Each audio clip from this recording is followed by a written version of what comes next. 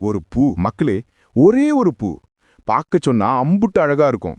ஆனா அதுக்குள்ள ஒரு பயங்கரமான ரகசியம் ஒளிஞ்சிருக்குன்னு சொன்னா நம்புவீங்களா? ஒரு சாவோட மர்மம் முடிச்சு அந்த பூவோட இதழுக்குள்ள தான் இருக்குன்னு சொன்னா வாங்க வாங்க அந்த முடிச்ச நாம ஒன்னொன்னா அவிழ்க்கலாம். இந்த கதை சத்தியமா சொல்றேன், உங்க மனச ஒரு உலுக்கு உலுக்கிட்டு போக போகுது. ஆதித்யா, இவன் தான் நம்ம கதையோட ஹீரோ. ஒரு இளம் பத்திரிகைக்கார பையன். சும்மா சாதாரண நியூஸ்லாம் அவனுக்கு செட்டே ஆகாது. ஊரையே ரெண்டாக்குற மாதிரி, ஒரு பூகம்பத்தையே உண்டு பண்ற மாதிரி ஏதாவது செய்தி வேணும். அப்படி ஒரு மேட்டருக்காக தான் அவன் காத்துக்கிட்டு இருந்தான். ஒரு ராத்திரி ஆபீஸ்ல தனியா உட்காந்து வேலை செஞ்சுக்கிட்டு இருக்கும்போது டக்குன்னு அவனோட மெயிலுக்கு ஒரு மெசேஜ் வருது. யார் அனுப்புனாங்கன்னே தெரியல. அதுல இருந்தது ஒரே ஒரு போட்டோ, அவ்வளவுதான். கூடவே ஒரு சின்ன லைன், மாயா விக்ரம், இது விபத்து இல்ல. ஆதித்யா அந்த போட்டோவை நல்லா ஜூம் பண்ணி பார்க்கறான். அது ஒரு பூவோட போட்டோ. இதுக்கு முன்னாடி அவன் பாத்துறாத ஒரு மாதிரி விசித்திரமான பூ. ராத்திரியில பூக்கக்கூடிய அந்த பூ ஒரு அமானுஷ்யமான அழகோட இருந்துச்சு. மாயா விக்ரம். இந்த பேரை எங்கேயோ கேட்ட மாதிரி இருக்கே. அட ஆமா, ஞாபகம் வந்துருச்சு. ஒரு வருஷத்துக்கு முன்னாடி பெரிய கோடீஸ்வரன் விக்ரமோட பொண்டாட்டி அவங்க மலை உச்சி பங்களாவோட பால்கனில இருந்து தவறி விழுந்து செத்துட்டாங்கன்னு நியூஸ் வந்துச்சு. அப்போ அது பெரிய செய்தியா பேசப்பட்டுச்சு. ஆனா அப்புறம் விக்ரமோட காசு பணத்துல அந்த நியூஸ அப்படியே அமுக்கிட்டாங்க. இப்போ ஒரு வருஷம் கழிச்சு இந்த போட்டோ ஏன் வரணும்? அந்த பூவுக்கும் மாயாவோட சாவுக்கும் என்னையா சம்பந்தம்? ஆதித்யாவோட பத்திரிகைக்கார மூளைக்குள்ள 1000 கேள்வி பம்பரமா சுத்துச்சு. அடுத்த நாளே ஆதித்யா வேலைய ஆரம்பிச்சான். பழைய ஃபைல் எல்லாத்தையும் தூசி தட்டி எடுத்தான். போலீஸ் ரிப்போர்ட்டு, பேப்பர் நியூஸ்னு எல்லாத்தையும் போட்டு அலசி ஆராய்ஞ்சான். எல்லாத்துலயும் ஒரே மாதிரி தான் இருந்துச்சு. குடிபோதையில பால்கனில இருந்து தவறி விழுந்து சாவு. ரொம்ப சிம்பிளா கேஸ் முடிச்சிருந்தாங்க. ஆனா ஆதித்யாவுக்கு இதுல ஏதோ தப்பா பட்டுச்சு. ஒரு கோடீஸ்வரனோட பொண்டாட்டி சாவு இவ்ளோ சப்பையா முடியுமா? அவன் மனசுல ஒரு பிளான் உருவாச்சு. விக்ரமன் நேர்ல பார்க்கணும். அது அவ்வளோ சுலபம் இல்லைன்னு அவனுக்கு தெரியும். விக்ரம் ஒரு தனிமை விரும்பி யாரையும் சட்டுன்னு பார்க்க மாட்டான். ஆதித்யா ஒரு பெரிய பிசினஸ் பத்திரிகையிலிருந்து வர்றதாவும் அவரோட பிசினஸ் வெற்றி கதையை எழுத போறதாவும் சொல்லி அப்பாயின்மெண்ட் கேட்டான். பல தடவை முயற்சி பண்ணி கடைசியில அவனுக்கு அந்த சான்ஸ் கிடைச்சது. அந்த மலை உச்சி பங்களா, அப்பா, பார்க்கவே ஒரு மாதிரி பிரமிப்பாவும் அதே சமயம் உள்ளுக்குள்ள ஒரு திகிலையும் கொடுத்துச்சு. பெரிய கேட்டு திறந்து உள்ள போன ஆதித்யாவை விக்ரம் வரவேற்றான். விக்ரம் பார்க்க ரொம்பவும் கம்பீரமா வசீகரமா இருந்தான். அவனோட பேச்சுல ஒரு விதமான அதிகாரம் தெரிஞ்சது. சொல்லுங்க மிஸ்டர் ஆதித்யா, என் கதையை எழுதி நீங்க என்ன பண்ண போறீங்க? விக்ரம் கேட்டான். உங்க வெற்றி பல இளைஞர்களுக்கு ஒரு இன்ஸ்பிரேஷனா இருக்கு சார், ஆதித்யா சிரிச்சுக்கிட்டே சொன்னான். பேச்சு பிசினஸ் பத்தி போயிட்டு இருந்துச்சு. ஆனா ஆதித்யாவோட கண்ணு ரெண்டும் அந்த வீட்டையே ஒரு ஸ்கேன் போட்டுட்டு இருந்துச்சு. அப்பதான் அவன் அதை பார்த்தான். விக்ரமோட பிரம்மாண்டமான லைப்ரரியில வரிசையா அடுக்கி வச்சிருந்த புக்கு.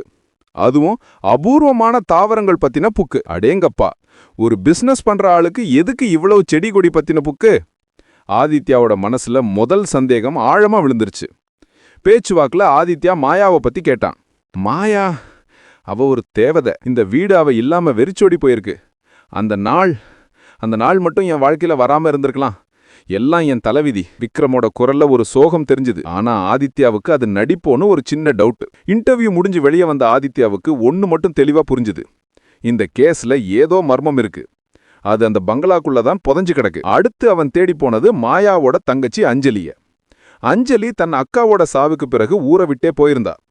அவளை தேடி கண்டுபிடிக்கிறது ஆதித்யாவுக்கு கொஞ்சம் கஷ்டமா தான் இருந்துச்சு. ஆனா கடைசியில அவன் அவளை சந்திச்சான்.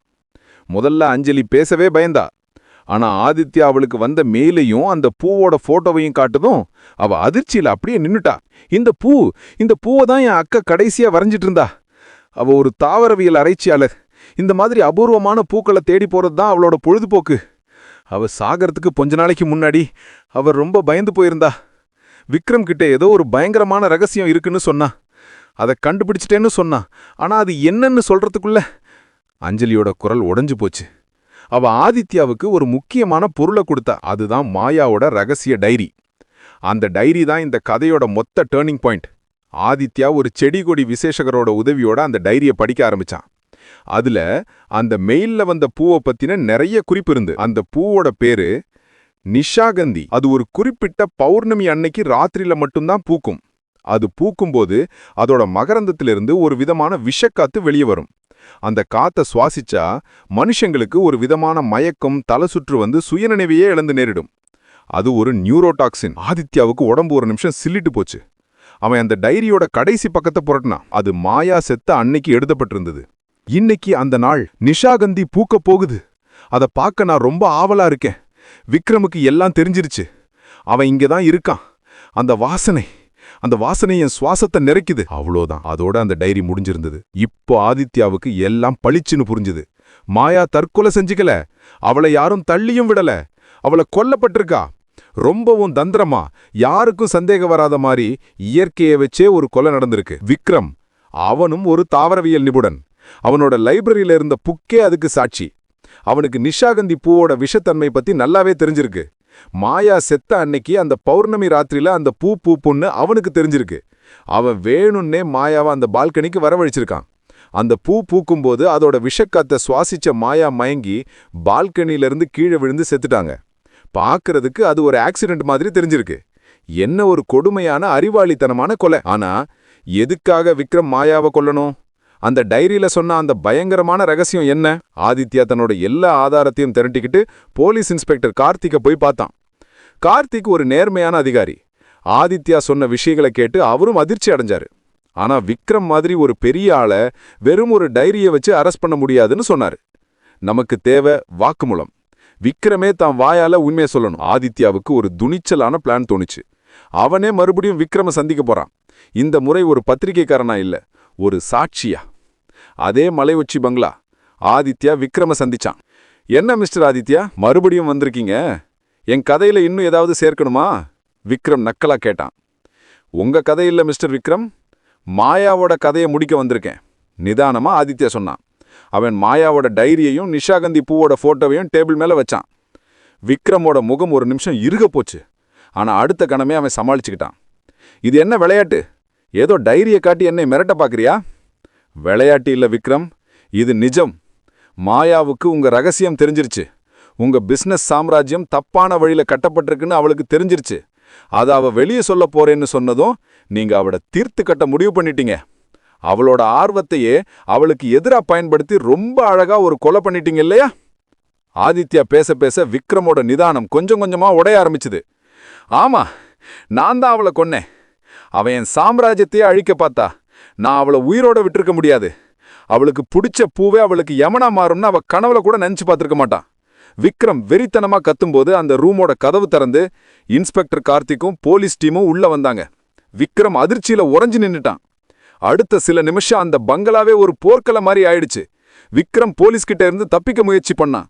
அந்த பெரிய பங்களா முழுக்க ஓடினான்.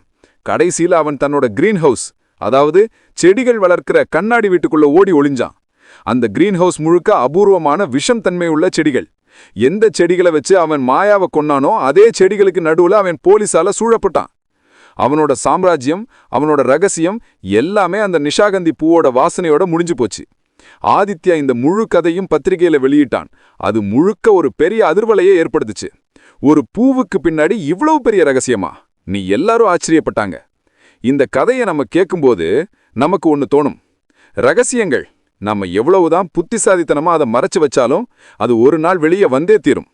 சில சமயங்கள்ல ரொம்ப அழகா இருக்கிற விஷயங்களுக்கு பின்னாடி தான் ரொம்ப பயங்கரமான உண்மைகள் ஒளிஞ்சிருக்கும் இல்லையா? நம்ம வாழ்க்கையிலையும் நம்ம சுத்தியும் இந்த மாதிரி எத்தனை நிஷாகந்திகள் பூத்துக்கிட்டு இருக்கோ, எத்தனை ரகசியங்கள் யாராவது ஒருத்தர் அதை கூர்ந்து கவனிக்கிறதுக்காக காத்துக்கிட்டு இருக்கோ. யோசிச்சு பாருங்க. அடுத்த கதையில இன்னும் ஒரு ஆழமான ரகசியத்தோட உங்களை சந்திக்கிறேன்.